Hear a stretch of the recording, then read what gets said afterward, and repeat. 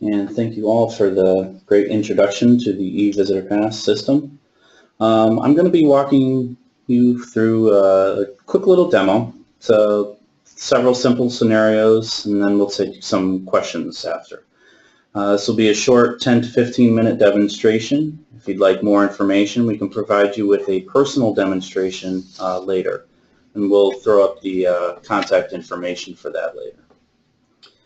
So there are three main sections of the screen in eVisitorPass. First is the visitor registration over here on the left, and this is where you'll sign your visitors in, such as parents, contractors, or even substitute teachers into your school. Your school logo will appear up here. You can use a school logo or a mascot.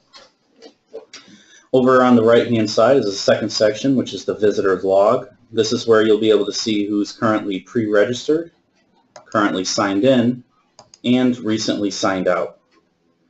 The last section is the reports, and that's where you'll be able to view the history of who's been visiting your school. We'll cover that later.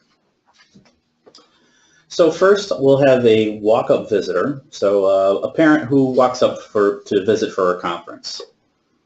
So if you purchase one of the driver's license readers, you'll just click on the Read ID card button here, scan the barcode on the back of the driver's license, and confirm the ID. Now you do always have the option, if you didn't want to purchase the driver's license reader, to manually type in a person's name, or if they don't have a driver's license available, you can do that as well. Now the next step would be to enter the company name.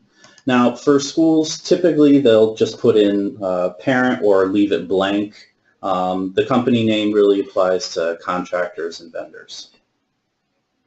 Then you're going to select the visitor's destination. So we're going to select room 101. And if you've purchased the camera, you can also add a photo by clicking on the camera icon. We'll set that up here. And then you'll have your visitor stand in front of the camera, smile, and take a picture. After that, with a few clicks, you can zoom in, update the profile, and you've got a photo of your visitor that will print out on the badge. Now, the last step, or one of the last steps, is entering a visit note. So if you wanted to enter in the reason for the person's visit, this is where you would do that. So this I'm just going to put demo. Oops.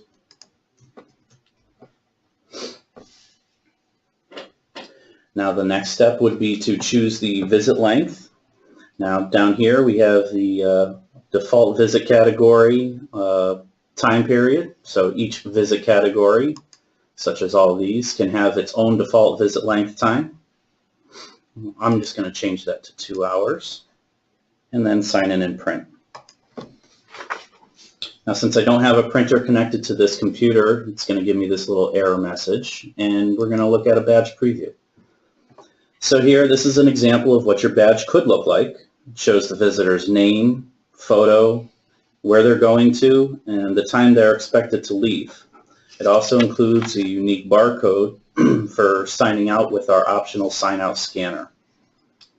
The sign-out scanner, it won't be necessary if you purchase one of our turbo driver's license readers. It doubles as a sign-in, sign-out scanner as well.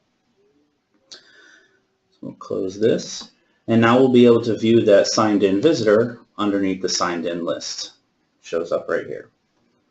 Now when your visitor is ready to leave, you can simply click on their name and click the Sign Out button.